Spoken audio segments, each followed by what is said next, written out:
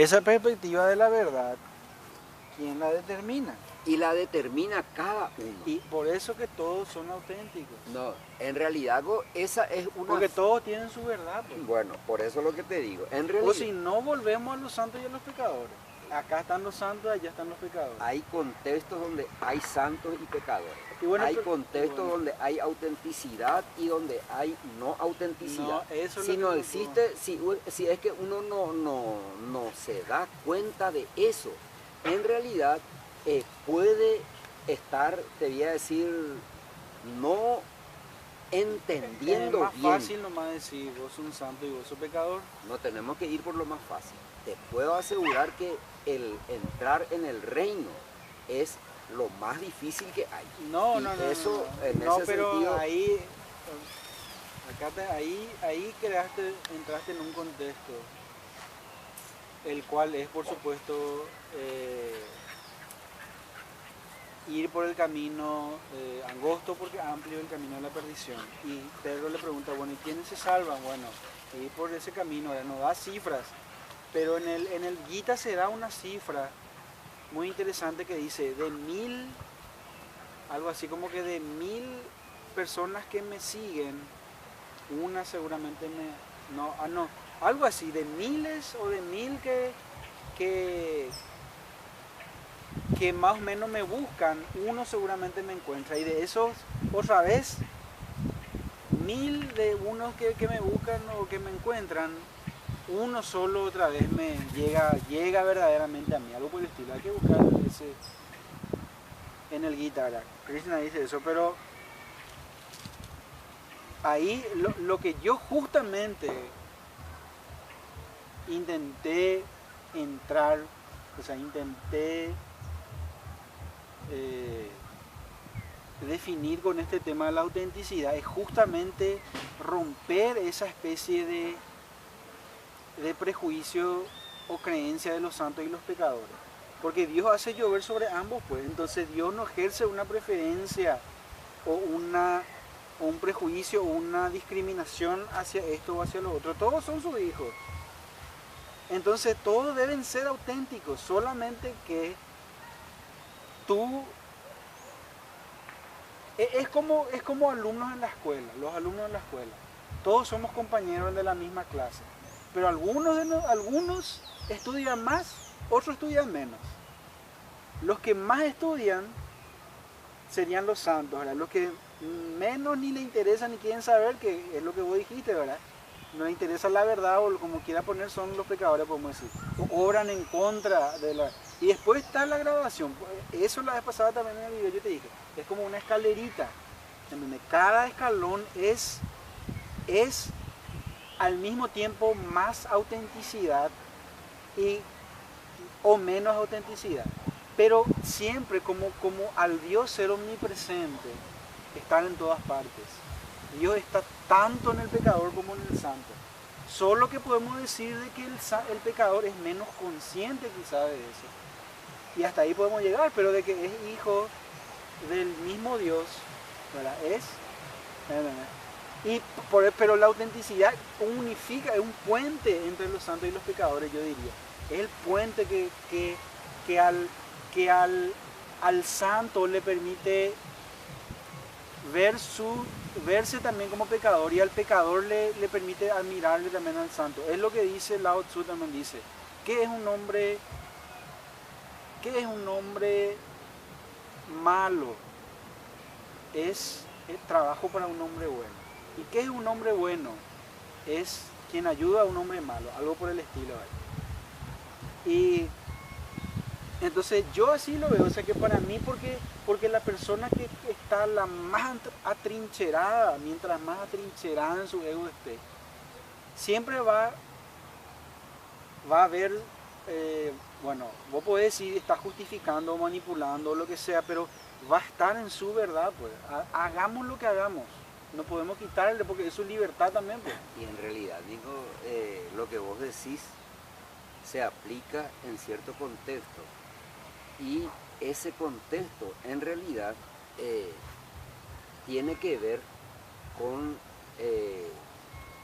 la manera de entender en la que la distinción entre Dios y uno mismo es en cierto sentido un poco como absoluta, ¿verdad? Esa es la forma en que yo voy a tratar de No, explicar. eso es lo que yo diría de vos, de tu distinción entre los santos y los pecadores, o los buenos y los malos. ¿Entendés? Y está bien, si es que vos, por eso te digo, en realidad vos, Pensá, te voy a plantear otra vez lo que es la autenticidad. El santo y el pecador, ¿en qué son iguales? Podemos preguntar también. Cada cual sigue su propia naturaleza. Ambos son hijos del mismo Dios. Son Dios también, por tanto, como vos quieras ponerlo. Entonces, ambos, el bueno y el malo, vamos a suponer que no importa, pues acá sí tenemos, esa es la famosa anécdota del budismo, que el Buda está en un lado del río y el monje está en el otro lado y le dice, maestro, ¿cómo puedo cruzar al otro lado? Y el maestro mira, se mira a sí mismo, mira al río y le mira, discípulo, estás en el otro lado, ¿entendés? Si vos sos bueno, todos se piensan a sí mismos como buenos, ¿entendés? No se puede, es inescapable esa especie de, ¿entendés? Me acuerdo que Al Capone era el mafioso, este yankee tan, tanto desastre él hizo, nadie le podía agarrar, nadie le podía parar y todo el mundo ya sabía por extraoficialmente de que él mataba nomás a sus contrincantes, él hacía lo que quería, pero era muy cuidadoso en la manera en la cual él organizaba, tenía su crimen organizado, ¿verdad? Nunca se le podía rastrear directamente a él. Si es que le agarraban era a sus cómplices, o a los matones que él contrataba, pero nadie le entregaba a él y no lo podían acceder a él. Entonces, ¿qué hicieron? Cambiaron la estrategia los policías y dijeron, bueno, algún punto débil tiene que tener, bueno, y miraron y dijeron, bueno, miren un poco esos impuestos, no está pagando ni registrando bien esos impuestos. Y así la agarraron, no la agarraron ni por asesinato, ni por secuestro, ni por tortura, por impuestos. Y entonces, pero ahí cuando le agarraron, él ya sabía, acá ya no me sueltan más, ¿verdad? Y ahí él dijo, a medida que él le llevaba a la policía, él dijo, yo soy, creo que en Chicago era donde él estaba, no importa, yo soy el servidor de la ciudad, yo soy el hijo más digno de esta ciudad, el que más le ayudó a la ciudad, más que todos los políticos. Imagínate, ¿no? ¿Entendés? Y, o lo que estábamos tratando recién nomás, el tema del amor de la madre, por ejemplo, también. No importa que el hijo sea un violador, un asesino, un todo. La madre le va a amar, ese es el amor. ¿Entendés? Y por eso es lo que te digo, que para mí el tema de los santos y los pecadores, que es lo mismo que ahora también se dice, bueno, los iluminados y los no iluminados, ¿verdad? Lo que sea como uno, los buenos y los malos, ¿verdad? Si mi idea con la autenticidad fue decir, bueno, todos son auténticos. Porque como te dije, todos son hijos de Dios o Dios mismo, divinidad en sí. Entonces la pregunta es en qué medida uno está consciente de esa divinidad nomás, de esa autenticidad. ¿Entendés? Entonces vos le das a todos sus talentos, es otra manera de ver, ¿verdad? ¿Por qué? Porque si no, es el puente que une a ambos. Porque si no es la separación total, ¿no? Es la separación, ahí lo que yo diría que sería la separación absoluta. Y por eso que te digo, no sé, pero no es fácil también, yo diría, en eso estamos de acuerdo, si entramos en el contexto que si tomamos el contexto, el cual vos mencionaste de que, bueno, entrar por la puerta estrecha porque amplio es el camino, es cierto, es un trabajo inmenso, pero así como dice Lao Tzu también, si yo soy un hombre bueno, ¿verdad? Y yo hago ese trabajo y hay otros hombres malos, entre comillas, es trabajo nomás para mí, hay una especie de intercambio ahí, ¿verdad? Y viceversa, ¿verdad? Y por eso lo que te digo que es una cosa que lo que vi justamente en el video de la vez pasada también dijimos fue de que si uno no está atento, no está atento para hacer un recto discernimiento o juicio o una recta evaluación de la persona o de la situación o lo que sea. Entonces el ego puede entrar de algún lado y distorsionar lo que podría ser una especie de, de ocasión de gracia o de providencia que sane y que vaya más adelante. Pero no es fácil. Lo que yo suelo pensar también te digo en que me viene también esto, porque muchos de los santos de la tradición cristiana, por ejemplo, de lo que hicieron, lo que se suele hacer algunos, muchos ahora incluso hicieron, es ir antes de que se supiese cómo funcionase, antes de que la ciencia moderna determinase, se iban y le limpiaban las llagas a los leprosos con él. San Francisco también lo hizo, ¿entendés? Y muchos de los franciscanos. Entonces, de un polo al otro, de un extremo al otro, vos te vas. Y entonces la pregunta para mí, yo así me planteaba, bueno, algunos de los santos, y algunos de ellos, hay una anécdota franciscana justamente que es San Francisco, porque ellos pues llevaban una campanita. Estaban todos cubiertos así, pero llevaban la campanita para que de lejos ya uno sepa que acá viene un leproso y yo me voy, ¿verdad? Lejos de acá. Y San Francisco justamente se iba él y escuchó la campanita y rajó, ya digo, este es sucio la cosa. Pero después, mientras se estaba yendo, le agarró un tremendo impulso otra vez de venir corriendo a toda velocidad y abrazarle a este hijo de Dios también, ¿verdad? Bueno, pero y después él empezó, ¿verdad? Bueno, hacían eso. Muchos también después de él hicieron eso, ¿verdad? Y mi pregunta siempre fue la siguiente, que es una especie de pregunta retórica, por supuesto, que es, todos los santos limpian las llagas de los leprosos, y algunos besando y lamiendo incluso las llagas. ¿Y qué o quién determina cuáles de estos santos no agarran la lepra y cuáles agarran la lepra? Porque muchos de ellos agarraron y murieron, ¿verdad? La enfermedad, y otros no, como San Francisco, ¿verdad? Y por supuesto es la voluntad de Dios, ¿verdad? Que llueve, hace llover sobre justos y pecadores. Y como dijo Jesús también, no vine yo a salvar a justos, sino a pecadores. ¿Entendés? Por eso es lo que te digo, que el tema de los buenos o malos, o pecadores y santos, yo no puedo entrar con esa especie de juego de lenguaje, porque uno ya está exhausto, yo creo, ¿verdad? Ya corrió todo lo que podía. Y para mí el tema es la autenticidad, porque si uno encara así, entonces quien sea va a ser auténtico, no importa lo pecador que sea con él, o lo depravado, o malvado, o lo que sea. ¿Por qué? Porque uno sigue su naturaleza, y cuando uno entra en su verdadero,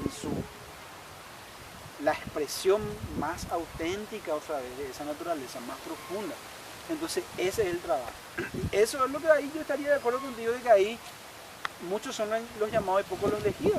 La mayoría seguimos nuestra naturaleza ciegamente y automáticamente, sin la meditación, sin la conciencia, sin ese esfuerzo que también es un trabajo. Eso es lo que te voy a decir. Y está bien. En realidad es una cosa que te iba a decir, va de la mano con una manera de entender en la que es enteramente válido todo lo que estás diciendo, pero te repito que desde mi perspectiva lo que vos haces es mezclar los contextos, según yo entiendo, porque se trata de lo siguiente: todos tenemos también esa capacidad de discernir, en mayor o menor medida. La joya suprema del discernimiento se llama la obra de Sankara, como vos conocés. Ese discernimiento te permite juzgar con rectitud. Entonces, cuando te toca juzgar, no tenés por qué abstenerte de juzgar, por decir y entender de que ciertas personas, aún siguiendo a su propia naturaleza, entre comillas, ¿verdad? Porque independientemente de que se convenzan a sí mismos de que ellos Exactamente. son, te voy a decir, buenos, por usar una palabra, ¿verdad? En verdad, no puede uno dejar de ver de que ellos se están autoengañando cuando claramente están incurriendo en transgresión al recto pensamiento, a la recta palabra y a la recta acción, por usar esas tres maneras. Entonces, el hecho de juzgarles está dentro del contexto de la mente donde se da este relacionamiento entre los seres humanos. Y entonces uno no tiene por qué abstenerse de juzgarle cuando juzga con rectitud. Y bueno, pero Y ahí la rectitud no es suficiente porque el amor también debe estar. Pero Eso y desde luego que la rectitud lleva implícito el amor, amigo. Y no bueno, puede pero ser, debe estar quizás explícito también. Y también debe estar explícito. En realidad el amor tiene que estar explícito e implícito.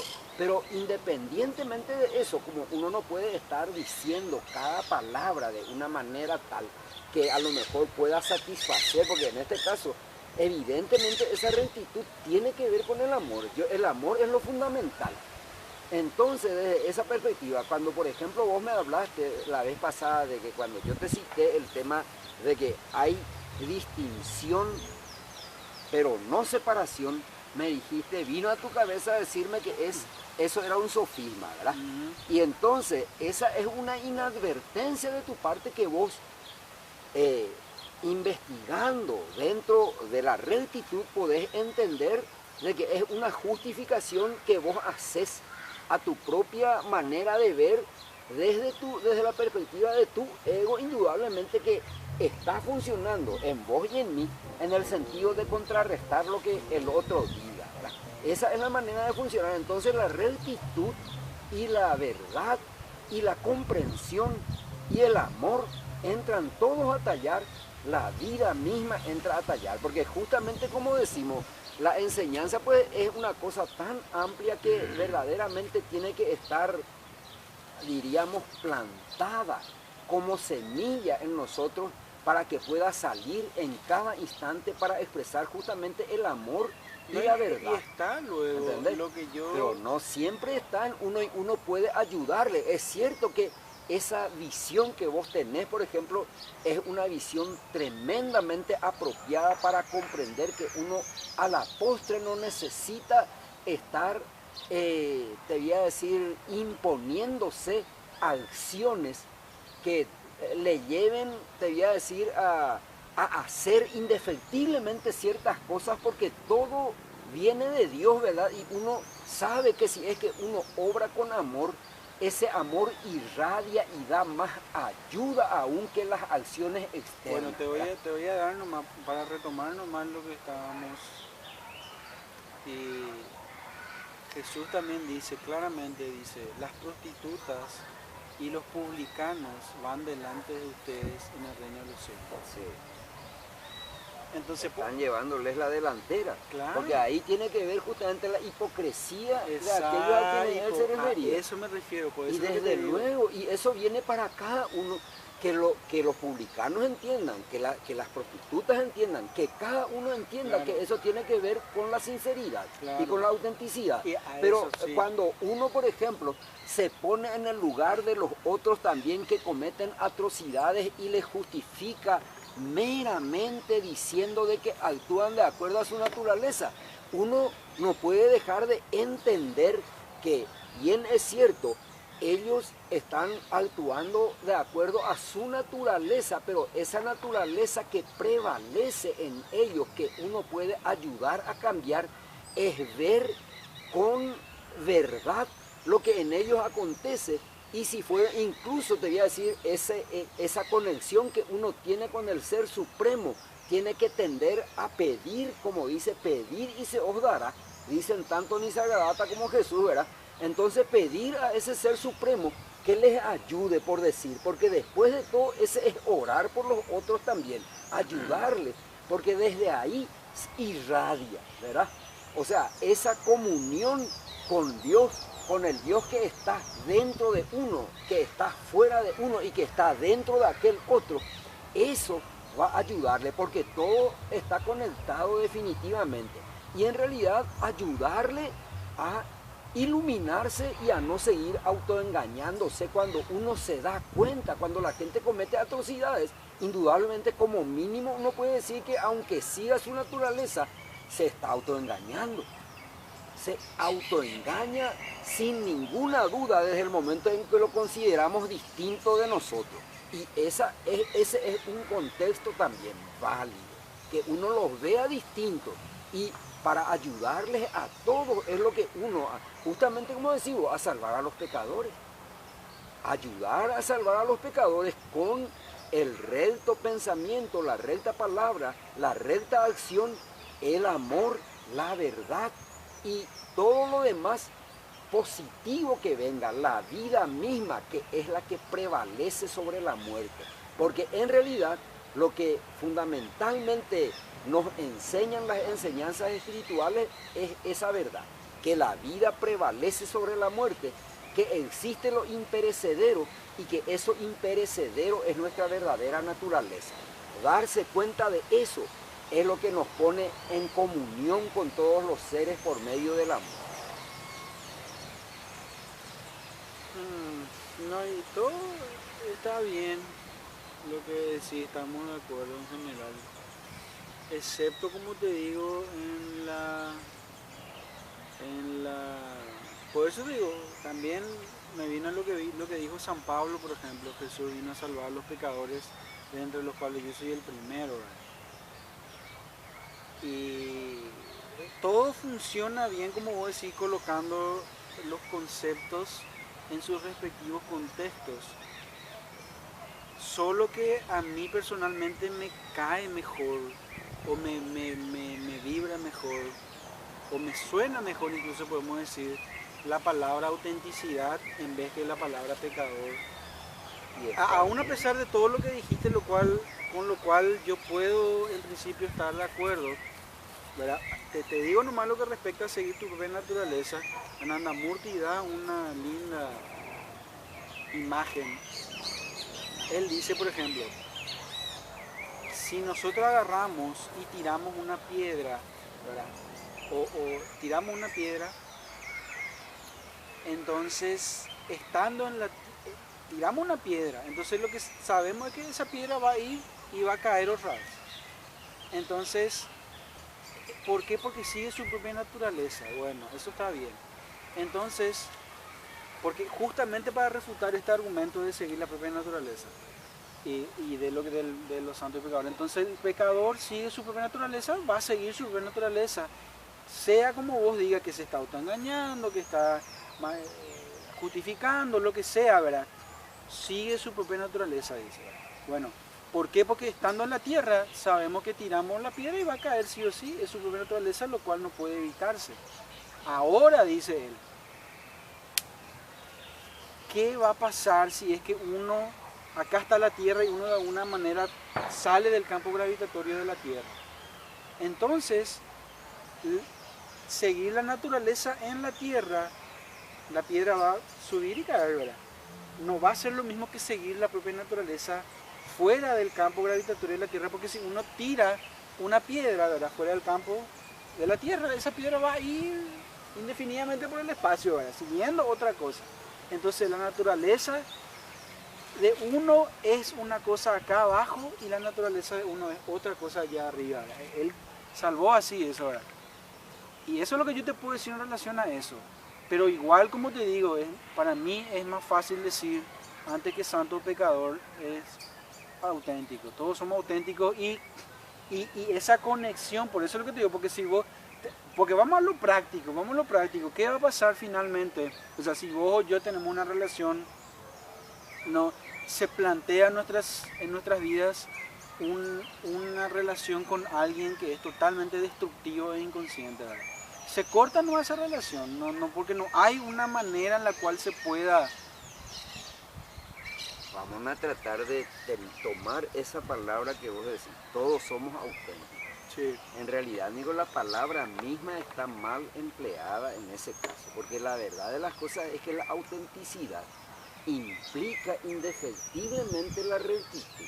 Entonces, en realidad lo que tendrías que entender en este caso, que el discernimiento te permite ver de que podemos decir todos siguen su propia naturaleza, porque nuestra naturaleza interior, se podría decir carnal o mundana o corporal, está hecha de contradicciones, ¿verdad? Entonces, todos siguen su propia naturaleza, pero cuando se dice todos somos auténticos, eso da lugar a un equívoco y a una manera de expresarse que no expresa lo que en verdad la palabra en sí misma indica o señala. La palabra tiene su sentido y su significado, ¿verdad? Y desde esa perspectiva, yo entiendo que la palabra a utilizarse es todos seguimos nuestra naturaleza, santos o pecadores. Y desde la perspectiva de lo alto, de lo que está más allá de la mera carne, del mero mundo, de la mera, digamos, tierra o de lo que acá funciona, de la manera de funcionar esta realidad relativa. En realidad, si está más allá de eso, es cierto, para Dios no hay santos ni pecadores, o sea, no es que no haya santos ni pecadores, porque Dios está en cada uno también, pero Él no hace distingos, ya que en realidad Él es todos, pero a Él también le place por usar una palabra, y en ese sentido Él puede hacer distingos, ¿verdad? Llevarnos a todos al bienestar, al bien que prevalece sobre el mal, a la vida que prevalece sobre la muerte, a la salud que prevalece sobre la enfermedad. Entonces, desde esa perspectiva se puede decir que Dios hace también distingos desde nosotros, desde nosotros. Dios está en nosotros, no está separado de nosotros, y nosotros mismos somos los que tenemos que hacer la recta distinción también, ¿verdad? El recto discernimiento.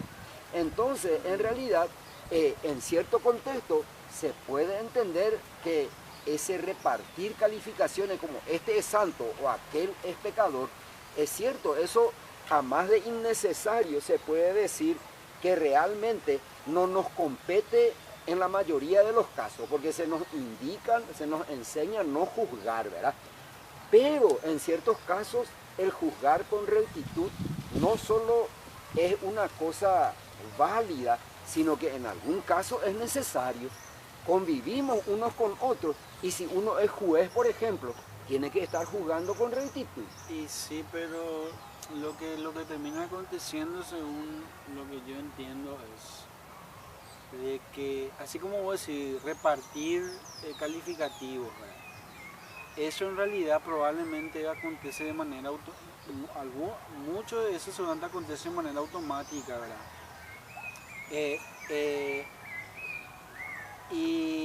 O inconsciente, podemos decirlo, ¿verdad? Y entonces, por eso te digo, esto es un tema. Para mí lo que yo puedo decir es realmente